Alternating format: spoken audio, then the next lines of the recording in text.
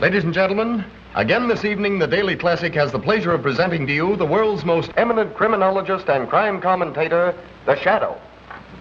Okay, you're on the air. The Shadow speaks, bringing to you the latest news in the world of crime, prevention, and detection. This afternoon, a crime was committed which brought only tragedy to the perpetrators. 3 young desperados held up a bank and escaped in their car. The police quickly picked up their trail. There was a running gunfight between bandits and police, which finally resulted in the 3 misguided young men plunging to their death. Once again is proved the truth of that old adage, crime does not pay. Well, friends, we have a distinguished visitor in our midst, but the news won't make the society page. Honest John is back in town. Honest John is one of the last of our old-time safecrackers. So if your strong box blows up with a loud bang, don't think it's the 4th of July. It may be old John celebrating his release from what he probably calls the big house or stir. Let us hope that the police commissioner Weston, whom we hear never misses one of our broadcasts, will keep an eye on Honest John. Hi there, Commissioner.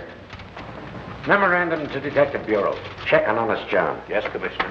Ladies, here's a little incident which proves that silence is really golden. Last night, bandits entered George Ward's furniture store. Mrs. Ward was alone in the place. The good lady was so frightened she couldn't talk. At least, that's what the bandits... It's too bad something don't scare him so bad that he can't talk. There ought to be a law against guys like him shooting their mouth off within the city limits. But still, Mrs. Ward refused to say a word. At the point of a gun, they took from the cash register a $1 bill and 1 thin dime. The moment they'd gone, Mrs. Ward calmly removed a $100 bill from her mouth. Witnesses took the license number of the car, 3Y-41-37. I'll repeat that, 3Y-41-37. Did you make a note of that? Yes, sir, I did. Last night, young Michael Nolan took his pretty fiancée, Dorothy Walsh, for a drive along the scenic highway overlooking the city. With a bright lover's moon overhead, they stopped to enjoy the view and to romance. Today, police discovered their bodies in Nolan's car and are holding a transient named Miller for the murder. Well, you can't go in now, miss. The Shadow's on the air. Oh, but I'm Phoebe Lane. Sorry you couldn't get in there if you was Calamity Jane. But I'm working for the Shadow. Well, I'm the Shadow's shadow. Well, then just fade away, will you, please, lady? But I've got important news that must go on the air right away. I've got it all written down here. Look here. See?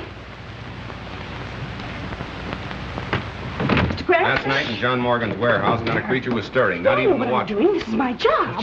As robbers silently jimmied a window, they were greeted by cries of, "Get out, get out." They did. An hour later, when police stopped to investigate the window, the parrot was still screaming, "Get out, get out." Ladies and gentlemen, there seems to be a slight disturbance in the studio.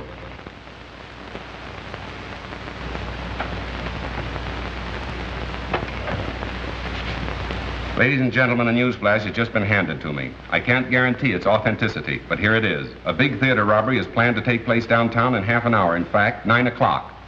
Read the Daily Classic for particulars. And now, the Shadow bids you good night until tomorrow. You didn't give the name of the theater. The police won't know where to go. No, and neither will 10,000 other thrill-hunting sightseers. But hadn't you better phone the police? I don't think you have to worry about that. Good night. Good night. Hello. Oh, hello, Commissioner. It's the police. Yes, I have that, too. The Metropolitan Theater. The Metropolitan Theater. See here, Cranston, if this turns out to be a phony tip, I have a good mind to sue you, if I can find the proper grounds. Why not breach a promise, Commissioner? Listen. Radio broadcasting. Hook me up for an emergency order to all cars. General Law 6-2. All radio cars concentrate in Sector 8. General Order 6-2. All radio cars concentrate in Sector 8. That is all. That's us again. Guess you'll have to get along without us, Frank. Well, I guess I can hold this down alone. Go on. Oh, by the way, Miss Lane, where did you get this tip? From a man. From a man? Well, who was it? Don't you know his name? No, but he had an honest face. Would you mind giving me some little hint about how you met this honest face? Well, there was an automobile accident. And suddenly I remembered I was a reporter for you. So I stopped and asked the people their names and addresses and things. And one man said, "I can't give you my name and address, but I can give you a big story." And he did. That's what I'm afraid of. He said the Metropolitan Theater will be right... What time? Goodness, I forgot to ask him that. And you had me put that choice morsel on the air. Well, he was so sincere, and he had such an honest face. Well, you better spend more time awake. How did she get in? Well, I tried to stop her, but she scratched it. Well, sir, did you hear that pipe dream I just had on the air? Yeah, where did you get it? A man told her. Told who? Phoebe Lane, the girl you wished on me, the honor student of college journalism. Say, will you get her out of my hair and put her back on the household page where she belongs? Not a chance, Cranston. She says she's all fed up with recipes and household hints. She wants to be a real reporter. Oh, I see. Romance and adventure stuff, huh? Well, Mr. Heath, is she running this newspaper or are you, sir? Cranston, as long as she happens to be the owner's niece, I'm afraid she can pick any seat she wants for a ride. Oh, it's one of those, is it? Well, there's no law against our making the joyride a little, shall we say, bumpy for her, is there? Not that I know of. Thank you, sir.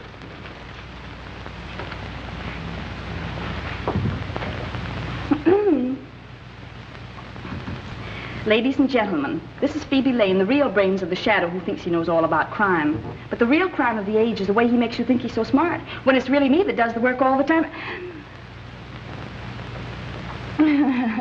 Hello. I didn't see you. That's quite evident.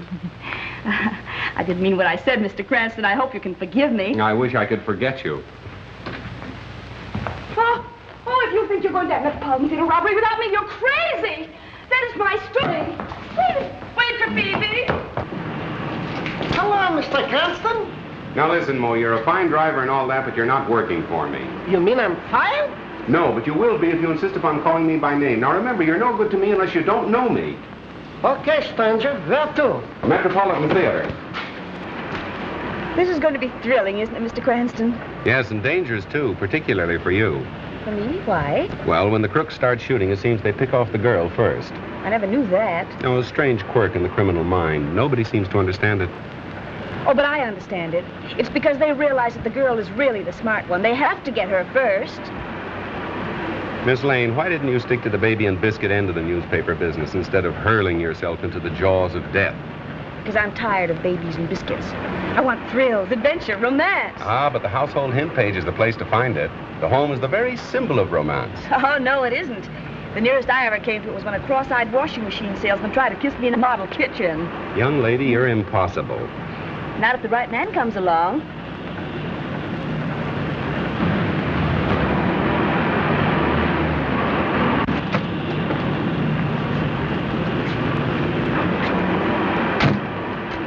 Hang around a while, Mo.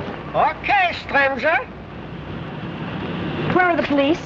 Oh, don't worry about that. They'll be around. Oh, well, we've got to warn the theater right away. Now, wait a minute. Let's do some window shopping first. Well... The boss of them all. Police Commissioner Weston in the flesh. And if this turns out to be a false alarm, he'll love me even less than he does now. Oh, but I'm sure it isn't, because he had such an honest face. Graham.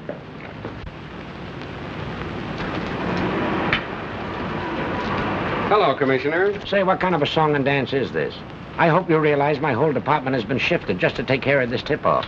Maybe you'd rather have the theater robbed than let them chalk up another black mark against your record. Now, see here. We got crime down to the lowest level it's been in years. But the way you advertise it, people will think a crime wave is on. You might have twice as much to deal with if I didn't advertise the crime doesn't pay. I'm helping you. Well, I'd like to try running the department without your help, just as an experiment. It's 9 o'clock. Well, well, well. How time flies.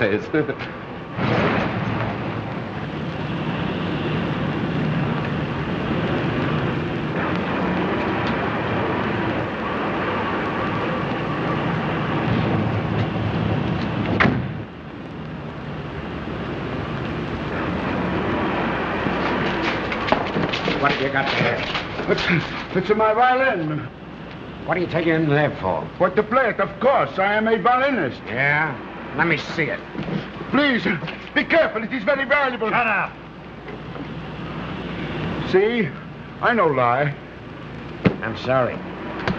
I owe you an apology. Take those off.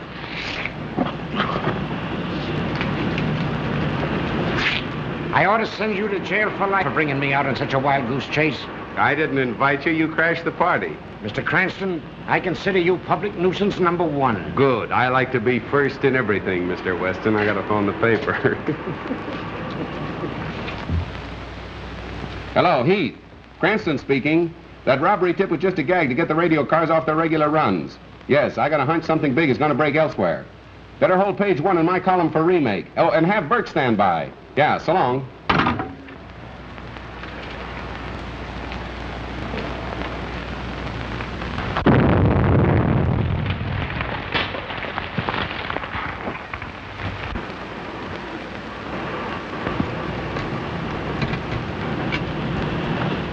Give me the captain.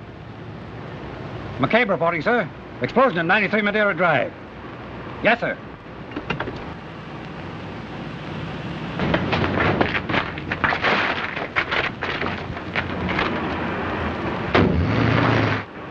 First you tell me to get all my cars down here to stop a robbery. Then you get me to rush them all back before there is a robbery. What kind of a merry-go robbery is this anyway? I know, but then there's... Calling all cars from District 9. Calling all cars from District 9. Explosion reported at 9-3 Madeira Drive. Explosion reported at 9-3 Madeira Drive. That is all. Oh, Mr. Cranston! Wait to see me! Oh, taxi!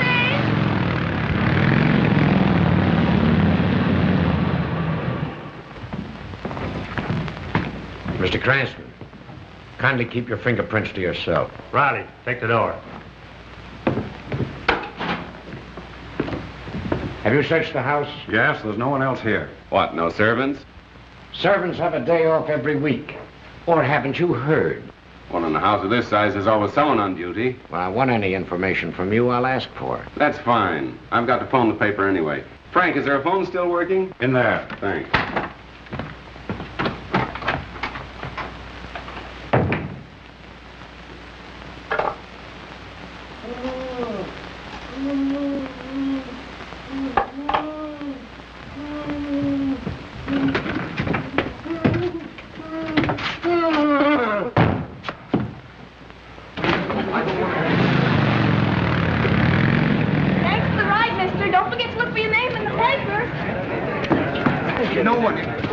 Stand back, lady. Oh, but I'm a reporter. I'll show you my press card. No reporter. Oh, but officer, I've got to make good on the story. I've got a sick mother. Oh, yeah? Well, your mother's going to have a sick daughter if you don't scram out of here.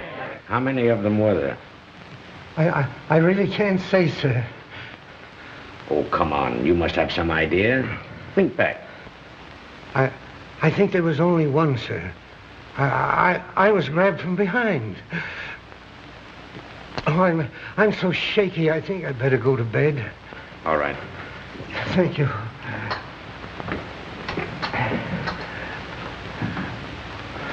Stay with him, Tom. We're wasting time here. Get your men out and bring in the man who did this job. An old-time safe blower who just got into town. His name is, Honest John? Honest John. Bring him in and we'll charge him with robbery and homicide. The motive of the crime wasn't robbery. How can you look at that safe and say the motive wasn't robbery? Don't you know that man's watch and wallet are gone? If it wasn't robbery, what was it? Murder. If it was robbery, they'd have taken the bonds, wouldn't they? Marvelous powers of observation. Why do you use the word they, Mr. Cranston? Because one man couldn't have done all this between the departure of the radio car and the time of the explosion. As I recall, you gave the impression Honest John was a very fast workman. Right. And much too efficient to be guilty of a botched-up job like that. That blast wasn't set to blow a safe. It was calculated to kill whoever opened it. I say you're wrong. That's great. I'll see that your opinion is given its proper unimportance in my column tomorrow. There won't be any shadow column tomorrow. Oh, no? No, and for a long time to come. Inspector, kindly file this gentleman in one of our steel cabinets. Somewhere out in the stick. On what charge, Commissioner? Material witness. Thanks for being the first man on the scene of the crime. You certainly use your brain, Mr. Cranston. I wish I could say the same for you, sir. Oh, never mind those things. I don't go in for flashy jewelry.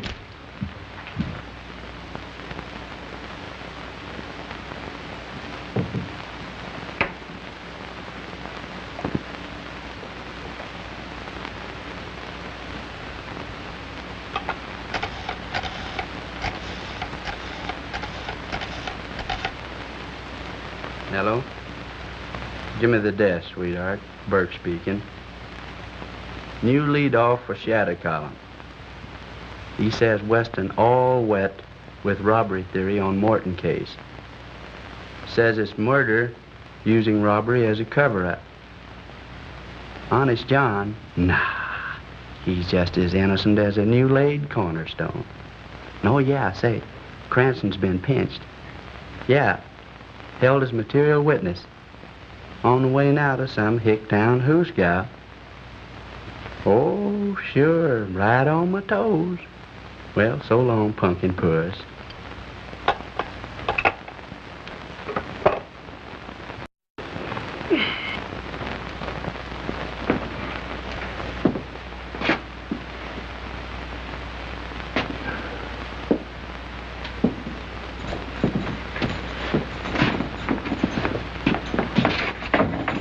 Take it easy, boys. I only want one of you for traffic court. You. Say, officer, I'm sure the judge wants to see me first. Go on back and sit down. I know who to let out and who not to. But I've got to get a message to my folks. Now, if you help me out, I'll take care of you. Take care of me? I'm taking care of you. Come on, get out of here.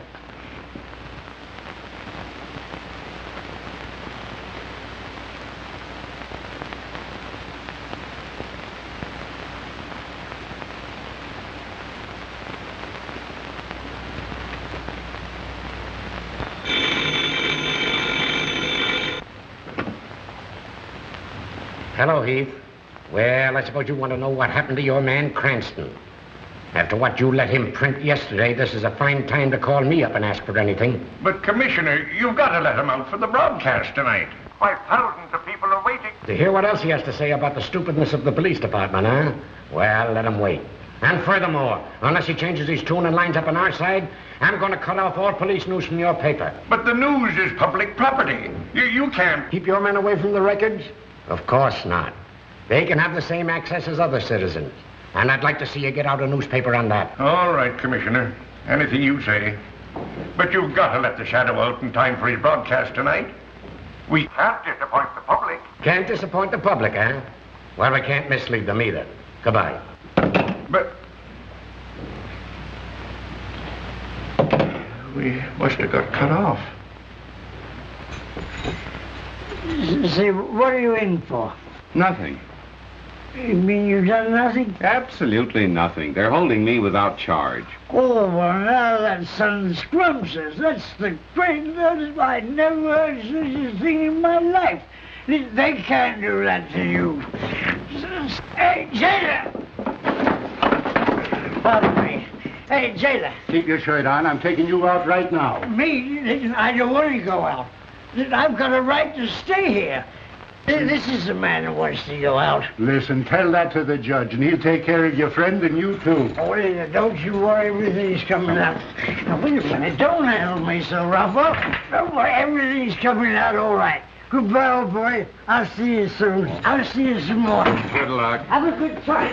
Just a minute. Wait. I'll just listen a minute. Everybody gets out but me.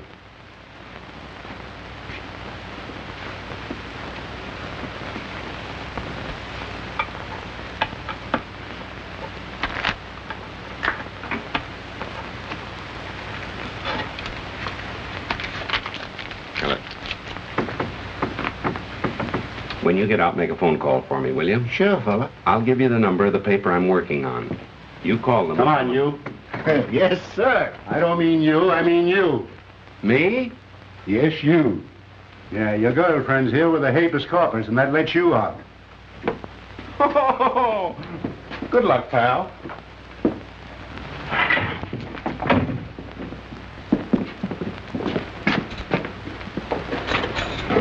Nice little Phoebe to call for you. Yes, thanks a lot. Don't thank me, thank Mo. How much was it this time, Mo? Is this a place to talk business? Don't worry, it'll be on your bill. There, too. The office. Okay, stranger. Cranston. Well, he must be here. Well, he goes on the air in a few minutes. Well, where is he? You looking for me, sir? With millions of people about to tune in on your broadcast in a few minutes, I should worry where you are. You don't think I'd miss an opportunity to pay my respects to Commissioner Weston, do you? Now, look here, Cranston. You've got to lay off Weston. I see. He's been sticking a knife in me with one hand and patting himself in the back with the other, and you fell for it. You're smart enough to report crime without deliberately antagonizing the entire police department. Well, I try to take care of myself.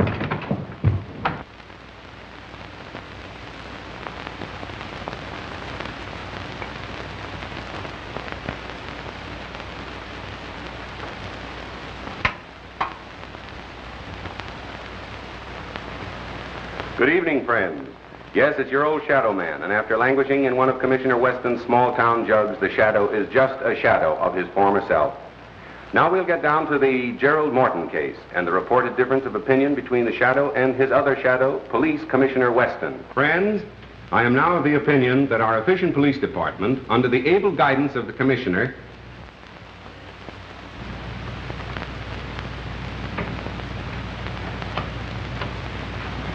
Ladies and gentlemen, an emergency has arisen in the studio, and we must pause briefly for station identification.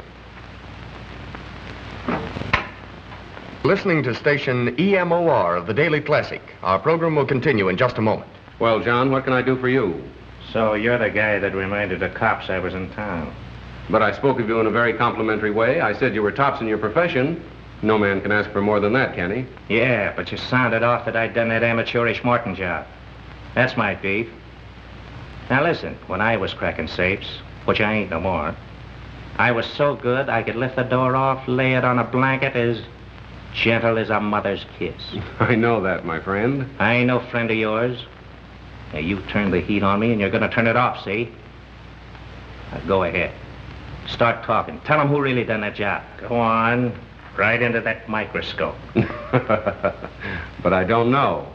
If you can't think of anybody else, tell them you done it.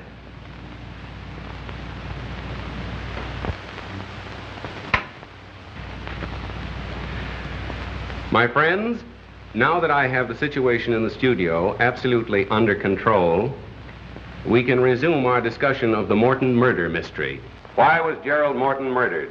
He is said to have been a good man, a charitable and benevolent man, a man without enemies. But although Mr. Morton's character seemed almost too good to be true, other men, supposedly paragons of virtue, have met violent ends, and investigation has developed some extremely unsavory facts.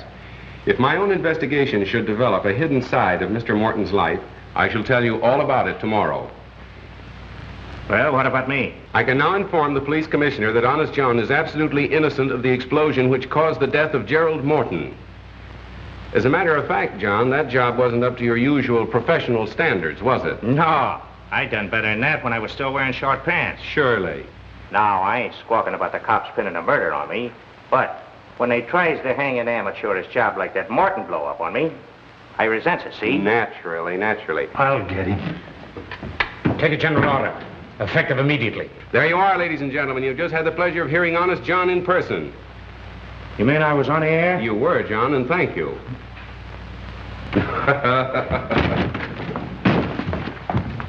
You dumb ox, why don't you look where you're going? Ladies and gentlemen, for the past 24 hours, the entire police force of this city have been trying to locate Honest John. Yet the Shadow has had no difficulty in bringing him to you on this program this evening. For further details, please read the classic. This is the Shadow saying goodbye until the same time tomorrow. Here's everything ever published on Gerald Morton. Now let's get busy. Yeah, well, let's not. Well, what are you going to do? I don't know. You mean you don't know? That's right. The Shadow doesn't know. Have one? I tried it once and it made me dizzy. Oh, so that's what caused it. Good night. Good night. This case is getting to be a bore. Why don't you hurry and make something happen? Miss Lane, when lightning is about to strike, one doesn't try to hurry it. Well, nice going, Cranston. You fixed things up just dandy. Now Weston is shut down on all police news, all fire news, and all hospital news. From now on, it's no news for us. Splendid. No news is good news, they say. And that Honest John gag. What is the idea of staging that stunt with a dumb stooge? Mr. Heath, that was no stooge. That was Honest John himself with a gun at my head. You mean the man that just went out? Miss Lane wants excitement, but doesn't know it when she bumps into it. Oh. I don't care if this does make me dizzy.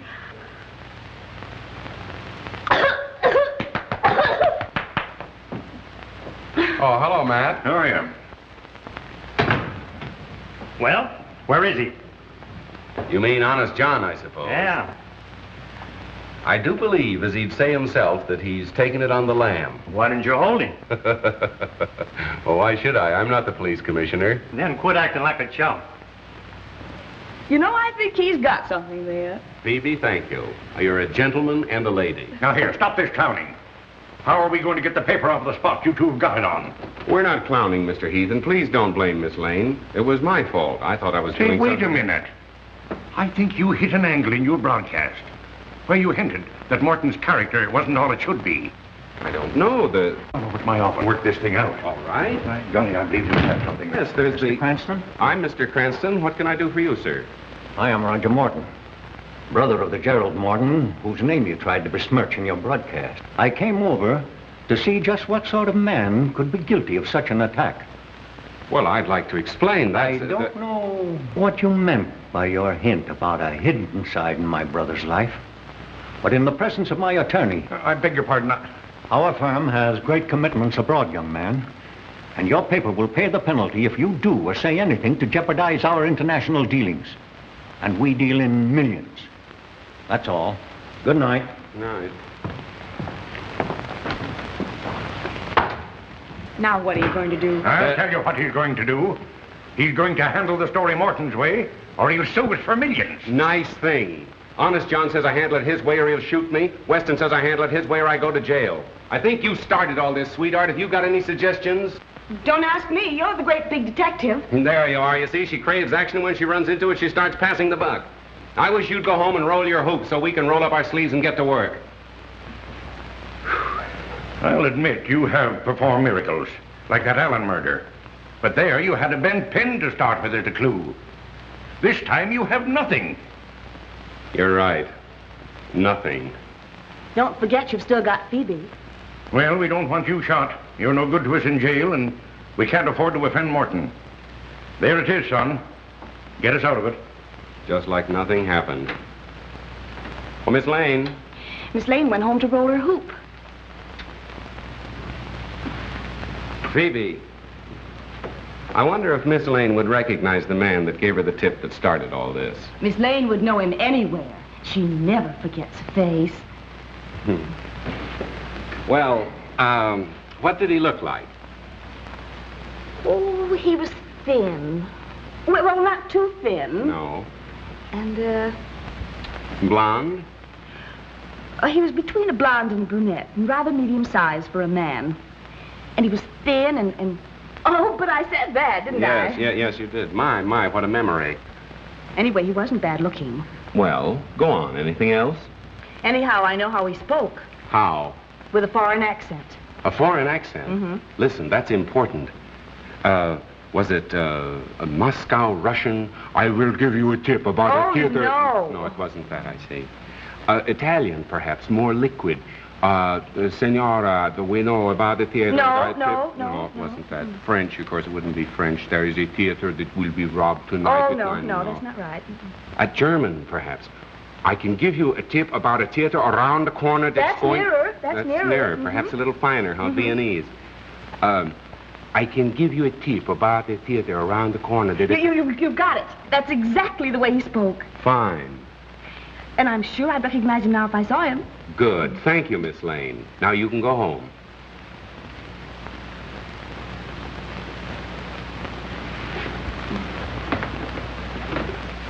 Oh, wait a minute. Let me finish before you go away mad. Go home, put on your nicest dinner dress, and I shall call for you between 9:30 and 10 o'clock. You mean I'm going to be wined and dined for remembering his accent? No, sweetheart. The idea is to find the man. I don't get it. When you want to find an American, you go where he works. When you want to find a foreigner, you go where he dines. My, but you're clever. Let me see now. Should I wear black or blue, or You'll should I wear black and blue if you don't hurry. Scram, sister.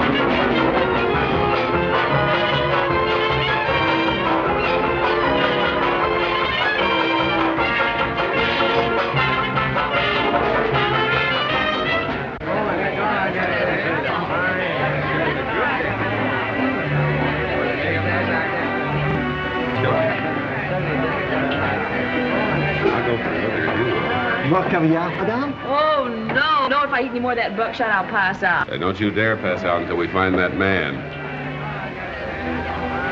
Buckshot? Oh, 1:30. I've looked at so many men that they all look so tired. I thought you wanted to be a reporter. Now listen, you stick around until we find the man, then you can go home. Go home the very minute the fun begins? No, me, I'm not going to do all the hunting and then miss the shooting. Oh, now be reasonable, will you, Phoebe? You're the boss niece. I can't let anything happen to you. Why did I have to be born a relative? Why couldn't I have been born an orphan or something?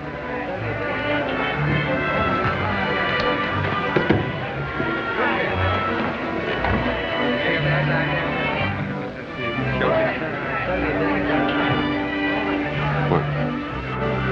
There he is. I thought you said he was good looking.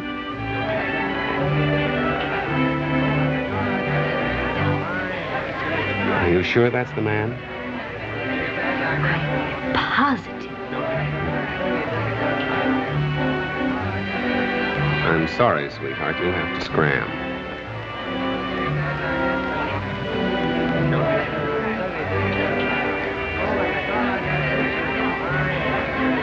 Oh, hello.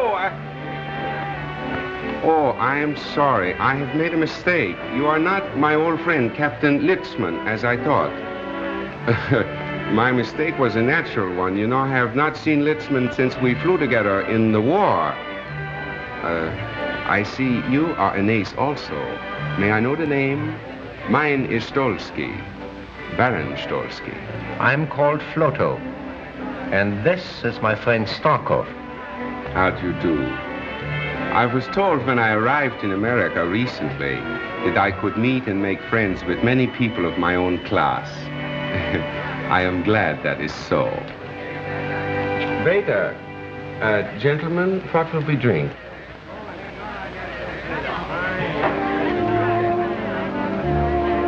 Lassor 26, and make sure it is 26, please. Très bien, monsieur. Hello, darling. Well, aren't you going to introduce me, precious? After all, I am your wife, you know. Or do you? Oh, yes. Forgive me. Baroness Stolsky.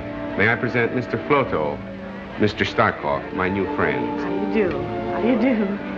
Thank you very much. For a recent arrival in America, as I say over here, you must be a fast worker to have married so charming a girl so soon. Well, it was a whirlwind courtship. We met on Wednesday, I proposed on Thursday, and we were married on the Statue of Liberty. You met her through her newspaper work?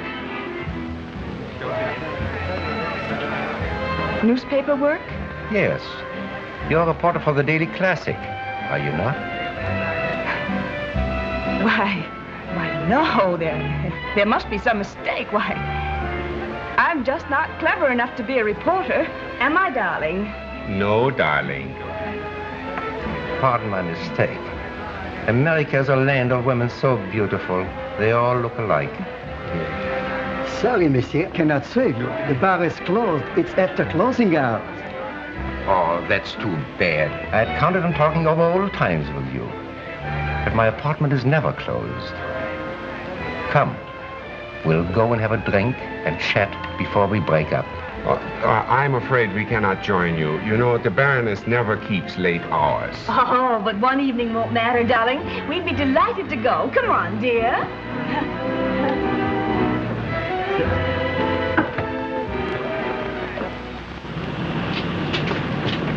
Taxi? Midtown Apartments.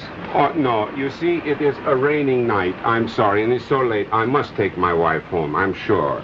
But the Midtown Apartments are not far from here. Yes, darling, and I'd love to have another drink. Oh, you see, my wife gets these attacks, you know, when it's late and raining. I must take her home, but we will see you tomorrow for luncheon. At the Hofbrau at 1. Luncheon, 1 o'clock punctually. Good. Yes. At 12 Dutton Street. Okay, Spencer. Good night, gentlemen. Good night. Good night.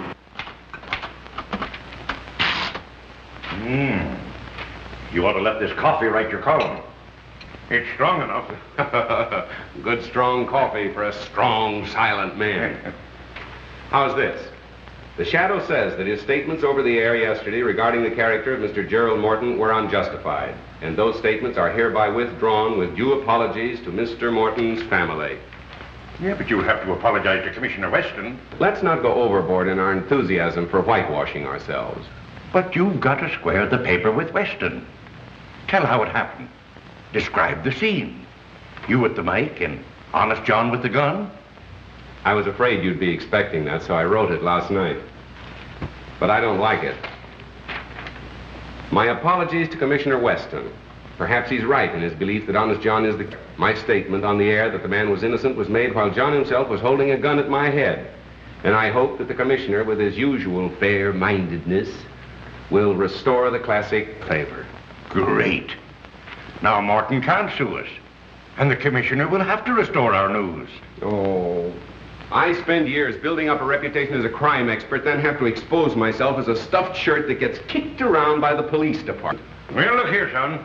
If you're so keen about that reputation of yours, why don't you solve this case?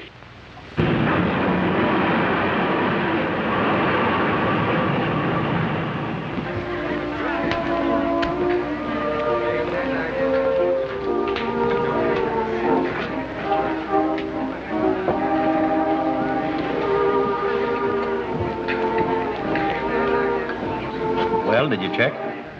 Who is he? The Shadow, the criminologist. He's not to be taken lightly. Neither were the best detectives of Paris, London, New York. Yet, here we are. An amateur. Well, Mr. Cranston, how are you feeling this morning? Now listen, Mo, for the last time. If you ever call me by name again or recognize me or even speak to me before you're spoken to... I'm fired. That's right. Okay, stranger.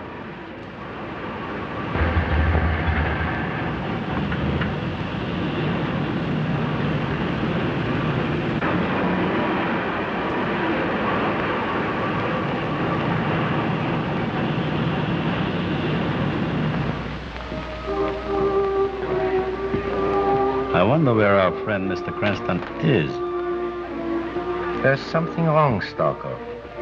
There's something wrong with your nerves, my friend. We are not going to leave here with our work half finished. Yes, yes. I know how much there's at stake. That's why I'm so uneasy.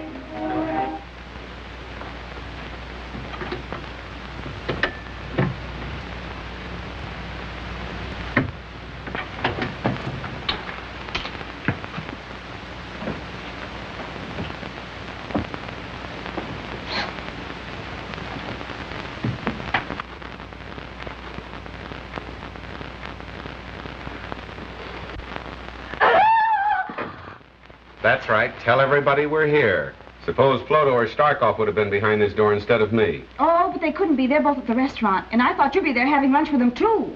Oh, and this would be a good time to do a little detecting. Uh-huh. Well, for once you had a good idea. Well, come on, let's get busy and look for the clue. So you've got a clue, have you? Why, yes, the watch and the wallet that were missing from the man's body. And where do you suggest we look for them? Well, my mother always used to hide things under the mattress, and... Oh, if we could only find a teapot, I'm sure it would be in there. Well, then all we have to do is find a teapot. Uh-huh, come on, let's get started. Telephone, Mr. Floto. Hello. We have waited long enough, Rudolph. Has our man come home from downtown? Not yet, sir. I understand he won't be home before late. He's to meet our countrymen here for a final conference tonight. We must know his plans. Keep in touch with us at the apartment. Be there in a few... Waiter. Yes, sir. Check. I think we should definitely stay here and find that watch and wallet. Now, my woman's intuition...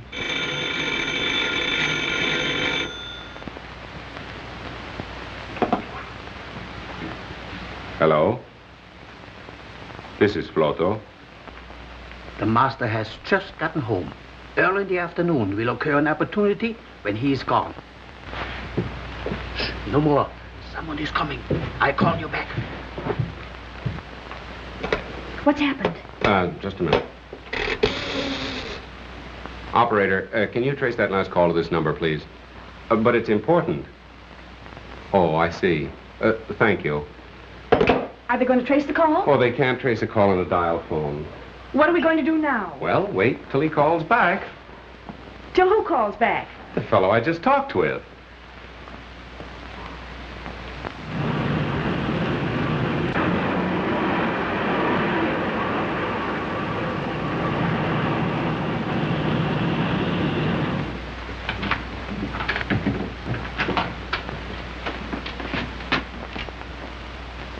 Oh, hello. We were afraid we had missed you. We've been waiting and waiting, haven't we, dear? What are you doing here? Well, we came for the luncheon. But the appointment was to have luncheon at the restaurant. Oh, how stupid of me. You know, I'm afraid last night when we made the appointment, my mind wasn't on it. You know, my wife had that attack. I trust she's better now. No, I'm afraid she's even worse. Aren't you, dear? Make her comfortable. We soon have lunch. Oh. Oh, poor darling. No, you see, she's getting another attack. I must take her for the air right away. Just a minute, Mr. Cranston.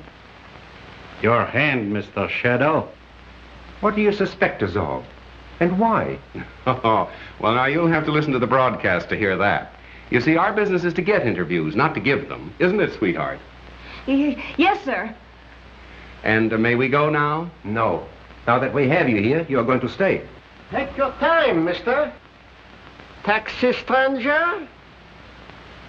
Scram, Phoebe. Thanks for your hospitality, boys. Nice work, Mo.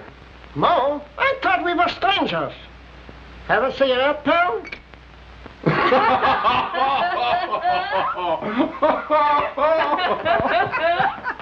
The police. What makes you think so?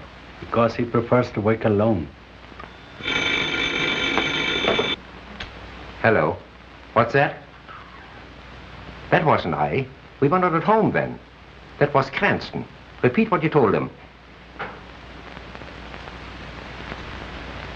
It's Rudolph. He told Cranston his master would be at home this afternoon, and that an opportunity might occur to strike. That's indefinite. But incriminating. You must act at once, today. Tomorrow may be too late.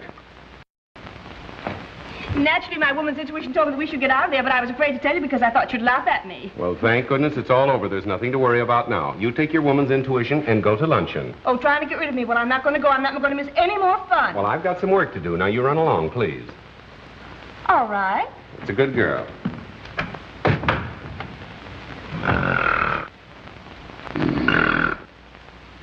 Bert! Bert! Bert! Bert! Come on, get up and get going. Where to? Go to the Midtown Apartments, stake out, watch for two foreigners in a closed car. Phone me as soon as they leave. Okay. And hurry for a change. Okay, Chief. Hello? Oh, yes, Mr. Heath. No, still as much in the dark as ever. Well, those fellas are rather clever. As a matter of fact, they're planning another deal right now. Well, if I knew that, I wouldn't be hanging around here Pardon me. Come in. Oh, hello, Barrow. Sit down. Be right with you. Yes, Heath. No, thanks. I don't need you. What I need is a clairvoyant. Right. So long. I have that Morton information for you. Good. I understand that Gerald Morton's firm was interested in some very big international deals. Was that right? Yes, they still are. I made these notations for you. Their recent underwritings include 10 million Argentine Fords, 28 million Danish refunding 2.5s. And I understand they'll soon issue several new European debentures. Well, what about them? That might be a good investment for me. Certainly. However, these new bonds that Morton & Morton are about to offer seem to me to be highly speculative. But if the 50 million is spent to build up the army as intended, the exiled aristocrats will never succeed with their threatened revolution. Good. That's what I wanted to find out. Oh, pardon me. Miss Lane, do you know Mr. Barrows, our financial editor? How do you do? How do you do? What's this all about? At a time like this, you're talking about investments. I'll be with you in a minute. Editorial. Editorial. Cranston speaking. Whole shadow column for remake. Right. I brought you some lunch. I was in such a hurry I dropped your bottle of beer, but we can share mine. A good assistant would never let her boss go hungry. Oh, thank you, Miss Lane. And now will you phone the commissioner and tell him I'll call him back later? What's his number? You'll find it in the book.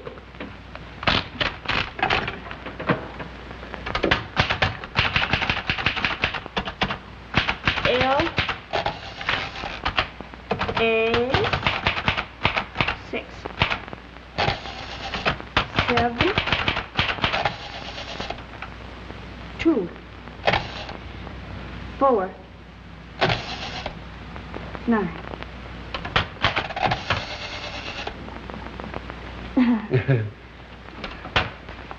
There you are, Commissioner. First edition on the streets now, with a full explanation apology by the Shadow. The apology could have been stronger. I hope this paves the way for renewing friendly relations. I'm no enemy of the Shadow. I always give him credit for being somewhat clever, but he should remember he's only an amateur. After all, we're professionals. That's right, Commissioner. And I hope that you'll restore the Daily Classic to good standing with the department right away. Of course I will. Take a general order. Cigar, Commissioner? No, thanks. Wait till you get a load of this, Phoebe. The Morton case will break wide open tonight, and it'll be a big surprise to the police. Pardon me.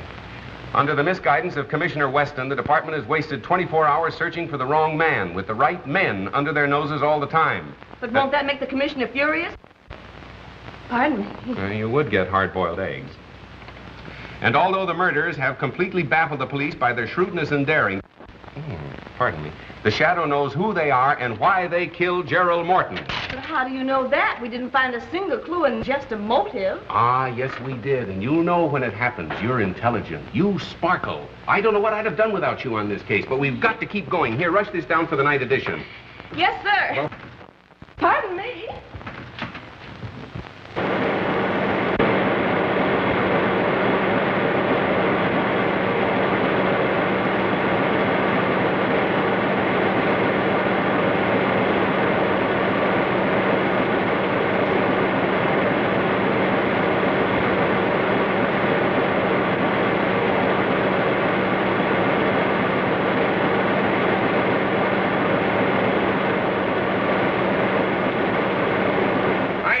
Not to fight Weston.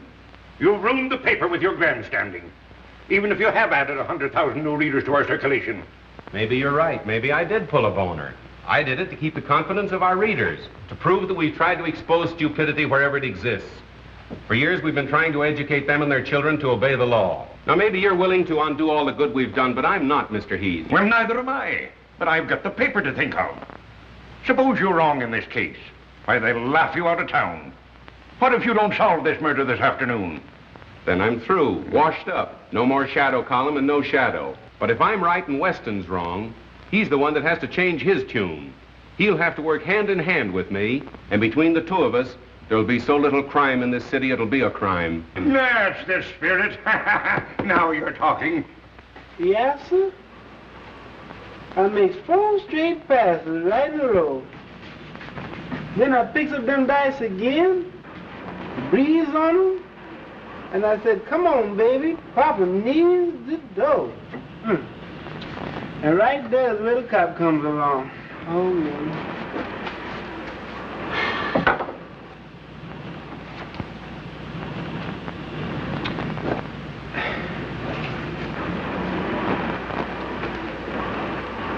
Well, how's that, boss? A boss?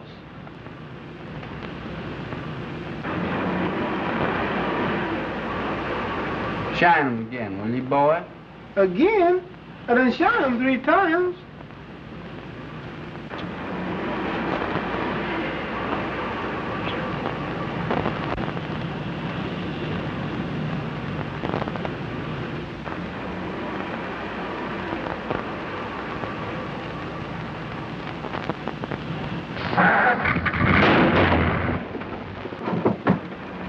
Look out there, boss. You better put that thing away. You don't kill somebody.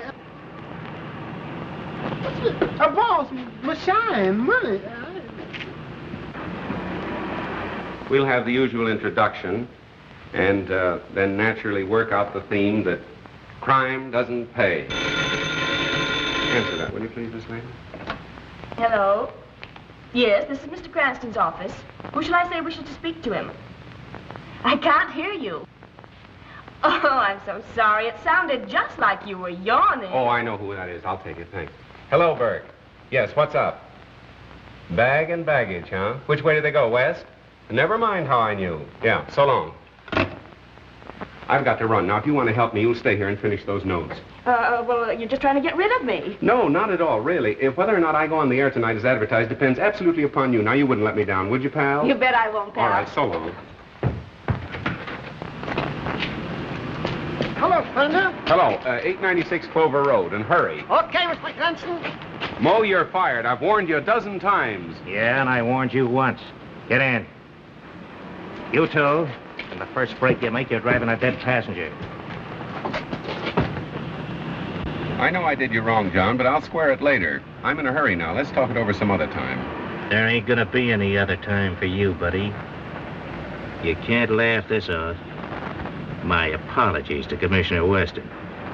I'm now convinced that he's right in his belief that Honest John is the killer. Oh, that's only the first edition. I had to red apple the commissioner. Wait till you read the final edition. This is the final edition for you, buddy. Just a minute. Another move like that, and I'm gonna let you have it right here. I was only reaching for a cigarette. You got a cigarette, driver? I got you covered now, pal. Well, suppose you left the pen, and you want to go straight. You come to town looking for an honest job. What do you get?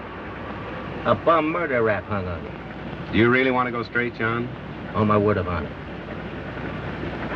Have a cigarette. Well, now go ahead and plug me.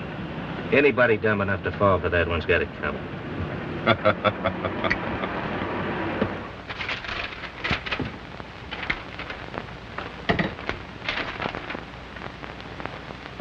Am I on the air?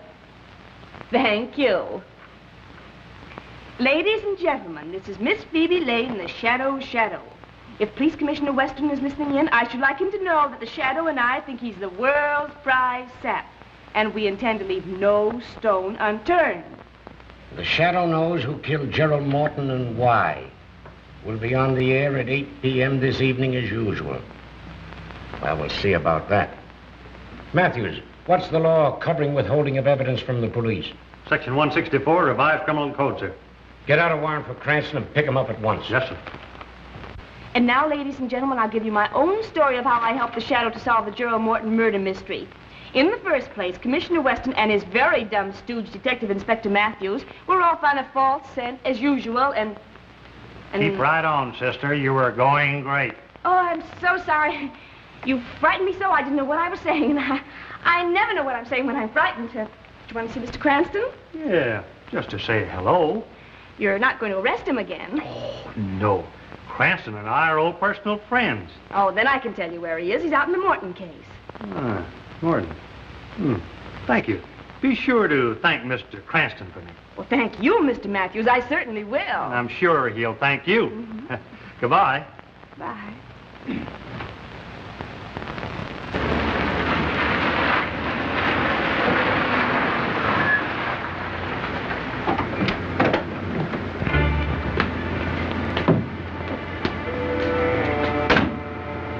Remember your instructions, Stefan.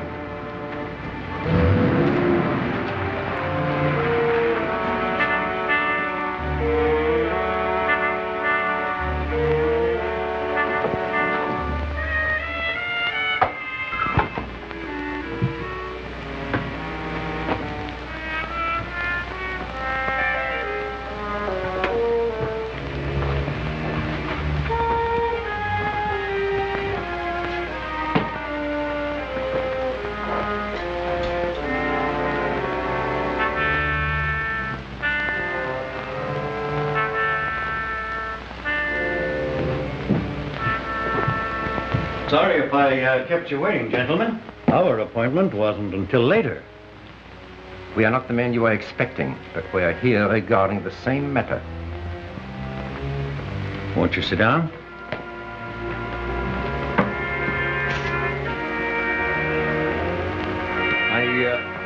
Really, there's no need of that. The business is out of the confidential stage, and the deal is about to be concluded. The deal will never be concluded.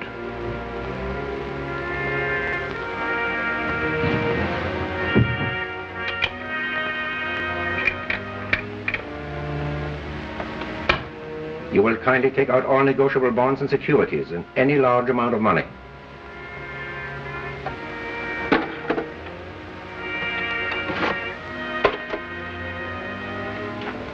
This is all I have of value here. Mrs. Morton's jewels and the bulk of my holdings are in a bank vault downtown. And if you want to... This is not a robbery, Mr. Morton. This is a matter of international diplomacy. These bonds represent much money, do they not? $100,000 or more. I don't see what ends you can gain by killing me. Let us review the history of the loan you were about to make tonight. 3 years ago, a French banker was about to lend that money. He died in an auto accident. The loan was next negotiated with an English financier who was very much devoted to his wife, Mr. Morton. He committed suicide. So you see, we have many ways of taking care of those who oppose us. But say you did kill me. There are other banking houses. You can't prevent them all from dealing with your country. We intend that the death of both partners and Morton shall throw this bond issue into such litigation as will hold it in the courts indefinitely. Unfortunately, you were not with your brother at the time of the accident we planned for both of you. So now you will do as I suggest. Or, if you're stubborn, we'll wait for Mrs. Morton.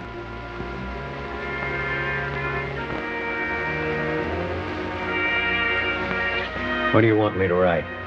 The death of your brother will make necessary that you account to his estate for your interest in the firm, will it not? Of course. Good. We take these. Your accounts are 100,000 short. You are faced with exposure as a faithless partner, as a thief of your brother's money. You understand? Now you know what to write, Mr. Morton.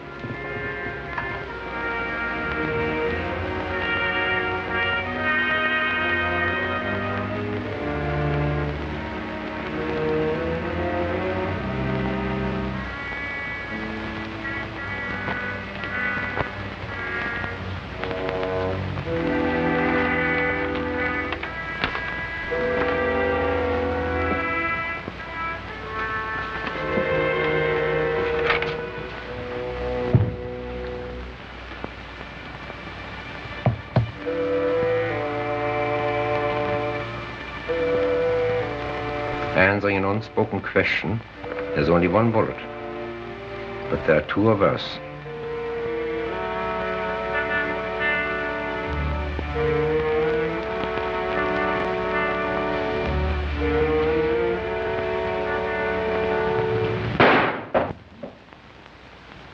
Good shot, John.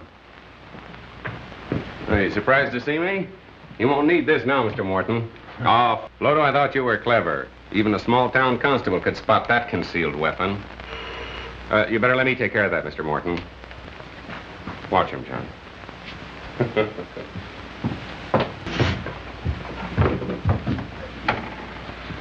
Oh, hello, Matt. Hello. How did you get here? Weston sent me out to pick you up. You're under arrest.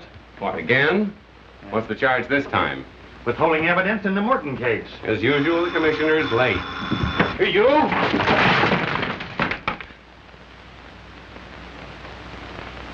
If it's my last act on Earth, I'll put you in jail for life. Okay, you're on the air. The Shadow speaks, announcing that the Morton case has at last been solved and the murderers are now in the custody of our able police. This has been one of the most baffling cases in the Shadow's experience, a case without a clue. Murderers too clever to be caught by ordinary methods, and had it not been for the able cooperation of the police department, the case would still be unsolved. I have already handed Commissioner Weston a bouquet today. But now I wish to do so publicly, and to compliment him for his shrewdness in causing the killer to think he and his men were following a false clue. As a result, the murderer and his accomplices were later taken in the act of attempting the life of Mr. Roger Morton. For the complete story, read the Daily Classic. And now, my friends, I'm going to ask Miss Lane, the lovely young lady who assisted in the solution of this crime, to tell her own story. Ladies and gentlemen, I give you Miss Phoebe Lane.